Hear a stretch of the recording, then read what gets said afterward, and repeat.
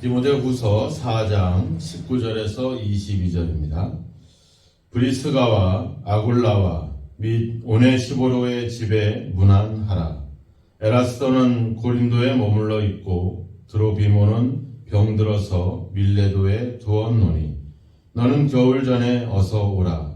우블로와 부데와 리노와 글라우디아와 모든 형제가 다 내게 문안하느니라.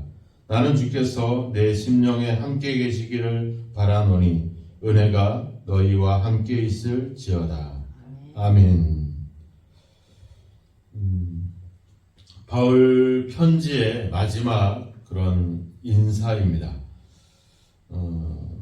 또한 디모데 후서는 바울 생애에서 마지막 쓰는 편지이기 때문에 순교 직전에 썼던 편지이기 때문에 그의 편지의 마지막의 기록들, 또 어떻게 보면 바울 생애 자신의 어떤 사역의 또 인생의 마지막에 기억되는 인물들, 참 그런 인물들이 가지는 여러 가지 의미를 우리가 좀 새겨볼까 합니다. 먼저는 바울에게 가장 또 기억되고 또 바울에 가장 필요했던 사람은 바로 디모데였었죠. 앞서 9절에서도 너는 어서 속히 오라 이렇게 말하고 있고 오늘 21절에서도 겨울 전에 어서 오라 이렇게 말하고 있죠. 순교 직전에 보고 싶은 마음도 있고 또 이제 우리가 알다시피 겨울에는 이 지중해에서 항해를 할 수가 없었죠. 그래서 바울이 예루살렘에서 로마로 압송될 때에도 중간에 겨울을 맞이해서 이제 한 3달 정도 항해하지 못하는 그런 어떤 일정들도 사도행전에 기록이 되어 있죠. 디모데를 보고 싶은 마음도 있고 또 오는 길이 안전하기를 바라는 그런 마음들이 이 겨울 전에 어서 오라 하는 그런 마음의 표현에 이렇게 담겨져 있다라는 생각들을 갖습니다. 이제 겉옷을 가지고 오라고 했고 또 그동안에 다 기록하지 못했던 책도 가지고 오라고 이렇게 디모데에게 부탁을 하고 그 겨울 전에 어서 오라 이런 부탁을 보면 마지막 자기가 순교 전에 디모데를 한 번 더 보고 싶은 그런 마음의 간절함이 있었던 것 같습니다. 하지만 안타깝게도 그런 만남은 이루어지지 못했던 것 같습니다. 왜냐하면 그런 기록들이 없었기 때문에 다만 이제 바울이 21절에 보면 우블로와 부데와 리노와 글라우디아가 너에게 문안한다 이렇게 말하고 있습니다. 그러니까 지금 바울 주변에 바울이 편지를 쓰면서 디모데를 생각하는 그런 로마의 어떤 교인들 이런 사람들이 있었음을 우리가 알 수가 있죠. 앞서 바울은 다 나를 버리고 갔다. 누가만 나와 함께 하고 있다. 이렇게 표현하고 있었는데 그러한 표현은 이제 바울의 사역의 동력자를 의미하는 것이고 오늘 21절에 기록되어 있는 인물들은 로마 교회의 대표적인 어떤 교인들을 이야기하는 것입니다. 그 중에 리노라고 하는 사람은 그 초대교회 기록에 보면 그 최초의 로마 교회의 감독이 됐다 이런 기록을 남기기도 했죠. 그래서 어떻게 보면 그 형제들이 너에게 문안한다 이런 말은 그 로마에 있는 성도들이 디모데에 오기를 고대하고 있었다는 의미를 여기서 우리가 담을 수 그런 의미가 있음을 알 수 있습니다. 바울이 이제 순교를 하고 더 이상 로마 교회를 목회하기 어려울 때 거기에 가장 적절한 인물이었던 디모데를 바울은 초청을 했고 또 로마 교인들도 그 디모데의 어떤 목회를 고대하는 그런 마음들이 이 편지에 담겨져 있었던 것 같습니다. 그런 마음뿐만 아니라 그동안에 바울이 사역을 하면서 함께했던 사람들, 첫 번째는 브리스가와 아굴라 부부가 나와 있죠. 이 사람들도 로마에 원래 로마 사람들이었었죠. 그런데 로마에 머물다가 글라우디오 황제가 유대인들을 로마에서 전부 다 쫓아내죠. 그래서 할 수 없이 이 두 부부가 고린도로 이전을 하게 되고, 고린도에서 이제 바울을 만나죠. 거기서 이제 바울과 함께 그 천막 만드는 이제 그 일을 같이 하면서 복음 사역의 동력자가 되게 되죠. 근데 또 고린도에서 핍박이 있어서 다 할 수 없이 이제 에베소로 이 부부가 에베소로 그 거처를 옮겼던 것 같습니다. 그래서 지금 에베소에서 같이 사역하고 있는 디모데에게 편지를 보내면서 이 브리스가와 아굴라 부부에게도 문안해라 이렇게 인사를 전하는 것을 보면, 그래서 어떻게 보면 바울의 복음 사역에 가장 그 복음뿐만 아니라 일반적인 어떤 일상의 어떤 생활에 필요한 그런 여러 가지 일들도 같이 했던 그런 부부였기 때문에 여러 사람 중에서도 더 기억이 되는 그런 인물이다라고 볼 수도 있고, 또 오네시보로는 또 바울이 로마 감옥에 갇혔을 때 바울을 또 극진히 섬겼던 그런 인물이기도 하죠. 또 에라스도와 드로비모가 나오는데, 이 두 사람은 예루살렘 교회가 가뭄이나 이런 것을 해서 어려움을 겪을 때 그 고린도하고 에베소에서 헌금을 모으죠. 구제헌금을 모아서, 선교헌금을 모아서 예루살렘에 전달하는 그런 중요한 역할들을 하게 되죠. 그래서 에라스도는 고린도에서, 또 드로비모는 또 에베소에서 그 선교헌금을 모아서 또 예루살렘에 전달하는 그 과정에서 드로비모는 또 그 바울의 마지막 전도 여행 때 함께했던 인물이었고, 중간에 이제 병이 생겨서 할 수 없이 밀레도에 머물러 있게 되는 그런 상황들이 있죠.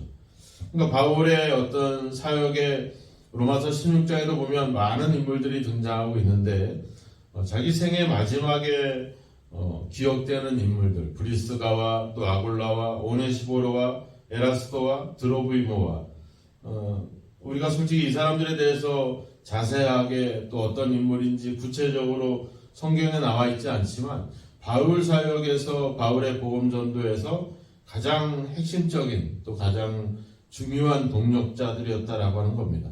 바울이 선한 싸움을 싸우고 달려갈 길을 마치고 믿음을 지킬 수 있었던 그 가장 중요한 어떤 동력자들.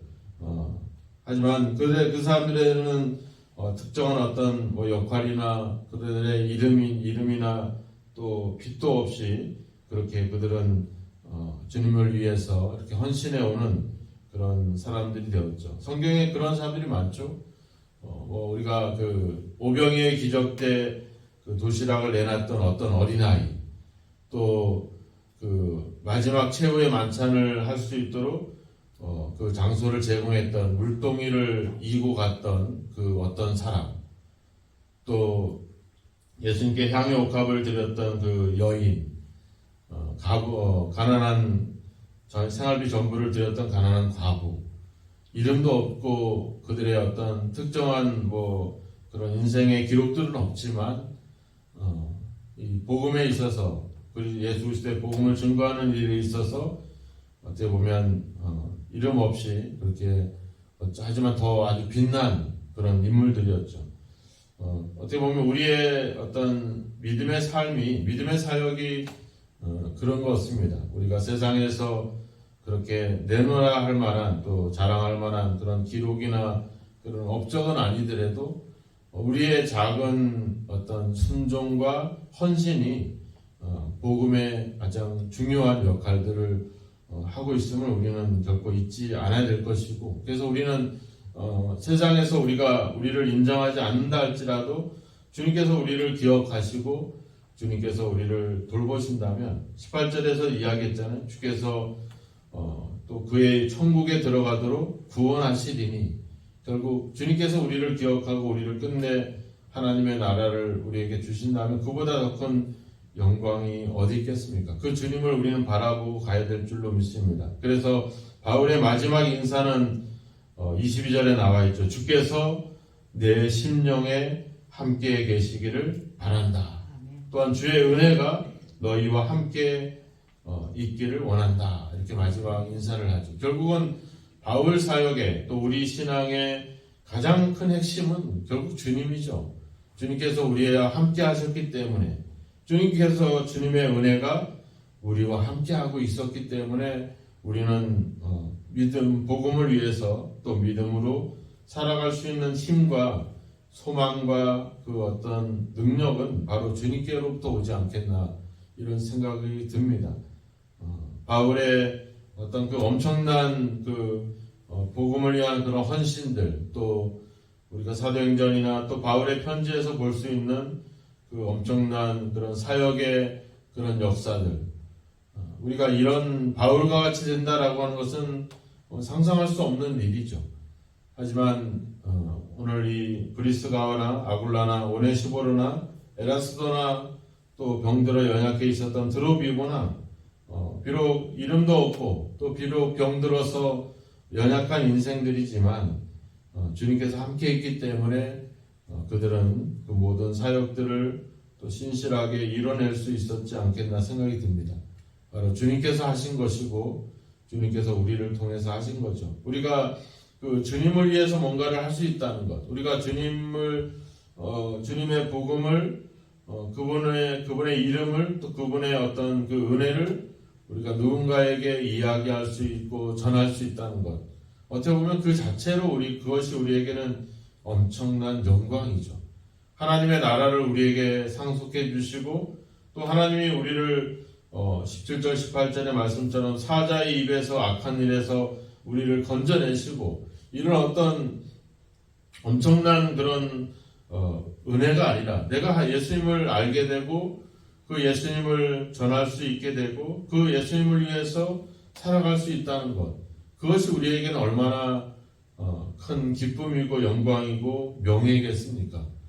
우리가 비록 그 가는 길이 이름도 없고 빛도 없고 또 그 가는 길이 비록 이런 박해와 환난과 순교와 죽음과 그런 것이지만 그것이 주님을 위한, 주님의 영광을 위한 길이고 그 길을 갈 수 있다는 자체가, 그 주님이 가신 길을 우리가 따를 수 있다는 자체가 우리에게는 이런 상상할 수 없는 영광인 것이죠. 예수님이 이 땅에 오셔서 그런 이야기를 하셨잖아요. 내 뜻을 이루러 온 것이 아니라 나를 보내신 자의 뜻을 행하러 왔다. 자신이 하나님의 뜻을 이루기 위해서 자신을 십자가에서 못 박을 수 있다는 것, 자기가 하나님을 위해서 죽을 수 있다는 것, 그보다 큰 영광이 어디 있겠냐 하는 것이죠. 바울에게 있어서도 자기가 주님을 위해서, 복음을 위해서 죽을 수 있다는 것, 또 그 사람을 위해서 같이 동력해주고 협력해주고 도와줄 수 있다는 것, 그 사람을 살필 수 있다는, 그보다 더 큰 영광이 어디 있겠습니까?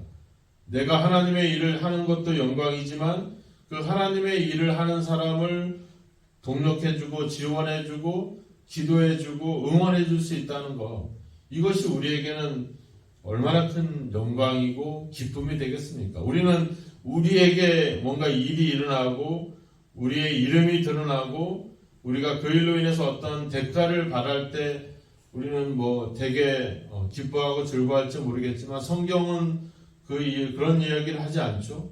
우리가 주님의 부름받은 그 자체로, 또 우리가 주님의 일에 참여할 수 있다는 그 자체로, 그래서 그 하나님의 그 영광에 내가 참여하게 하는 것, 바로 그 기쁨인 거죠. 우리가 세례 요한이 이야기했잖아요.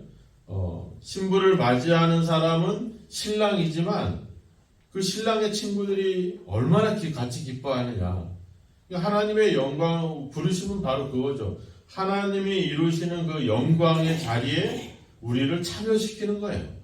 이게 얼마나 큰 영광이겠습니까? 우리가 그 일을 만들어내거나 이뤄내는 것도 아니고 하나님이 다 하시는데, 우리가 유명인들이 예전에 황정민이라고 하는 배우가 그런 얘기 했잖아요. 내가 그 스태프들이 다 차려놓은 밥에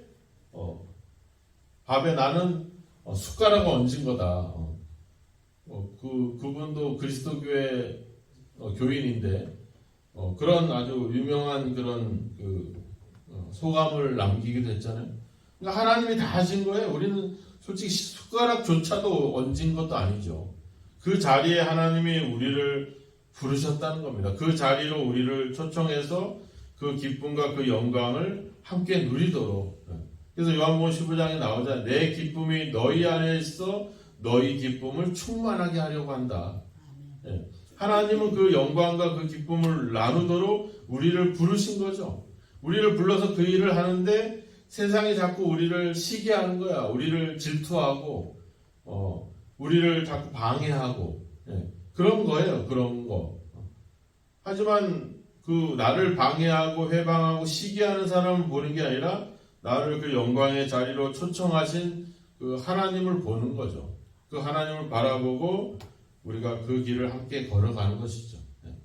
바로 주께서 우리와 함께 하고 있기 때문에, 주님의 은혜가 우리와 함께 하고 있기 때문에 바로, 그리고 우리가 이 마지막 편지에서 알 수 있듯이 우리가 혼자가 아니라고 하는 거예요. 우리 주변에 우리와 함께 동력하고 또 이 길을 걸어가는 믿음의 사람들이 있다는 겁니다. 히브리서 12장에 얘기하잖아요. 구름같이 허다한 증인들이 있다. 우리 성경의 인물들도 그렇고 우리 주변에 우리 가까운 사람들 중에서도 이런 믿음의 사람들을 우리가 찾아볼 수 있잖아요. 그 영광, 하나님이 초청해 주신 그 영광의 자리에 그 함께 나아가는 그런 어떤 은혜가 우리에게 있다는 것입니다. 오늘 우리가 어떤 일이 일어나서가 아니라 우리가 하나님이 우리를 부르시고 그 영광의 자리에 우리를 초청하시고 그 영광된 일에 우리를 참여시켜 주시고 또 그 일을 할 수 있도록 우리에게 힘 주시고 믿음 주시고 은혜로 우리와 함께 하시는, 그래서 우리가 돌아보건대 우리가 단언컨대 결국 우리가 한 것이 아니라 주님께서 하셨다. 이것이 바울의 마지막 고백이라고 하는 것입니다. 오늘 우리의 삶의 아주 마지막 순간, 이 바울의 마지막 순간을 우리가 그의 편지를 통해서 살펴보면서 우리 삶의 마지막에도 이와 같은 고백이 있어야 되기를 주님의 이름으로 축원합니다.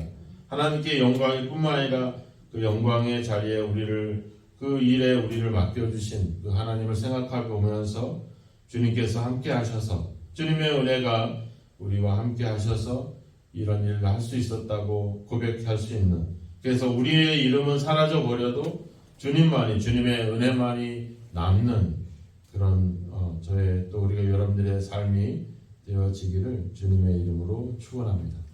기도하겠습니다. 하나님 아버지, 우리의 삶이 그저 사라져버릴 인생이 아니라 하나님의 그 복음과 함께, 하나님의 그 영광과 함께 또 빛나도록 우리를 부르시고 우리를 세우시고 택하신 하나님의 은혜를 진심으로 감사합니다. 우리가 한 것 없고 우리가 이룬 것 없지만 주님께서 우리와 함께 하셨기 때문에, 주님의 은혜가 우리와 함께 하셨기 때문에 우리가 믿음을 지키고 또 주님을 위해서, 복음을 위해서 살아가게 되는 줄로 믿습니다.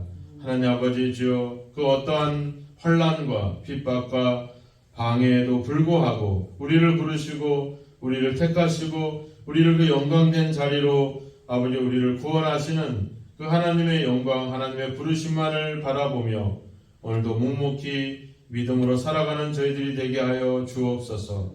우리의 이름이, 우리의 역할들이 세상에서 빛나지 않다 할지라도, 세상에서 인정하지 않는다 할지라도 우리를 함께 하셔서 우리를 통해 일하시길 원하고 우리를 통해 그 영광과 기쁨을 누리시길 원하시는 그 하나님께 소망을 두고 그 하나님만 바라보고 오직 믿음으로 오늘도 아버지 주여 나아갈 수 있도록 우리를 지켜주시고 인도하여 주옵소서. 오직 하나님의 부르심의 그 목적을 이루기 위하여 자신의 전 생애를 드렸던 사도의 아버지 삶이 이제 우리에게도 영적인 도전이 되어 우리도 주님을 위하여, 복음을 위하여 살아가는 삶이 되게 하시고 우리 마지막 순간에 주님께서 하셨습니다, 주님의 은혜였습니다 라고 고백할 수 있는 우리의 삶이 되도록 주여 우리를 이끄시고 함께하여 주옵소서. 오늘도 우리에게 주어진 삶을 성실히 믿음으로 감당하게 하소서.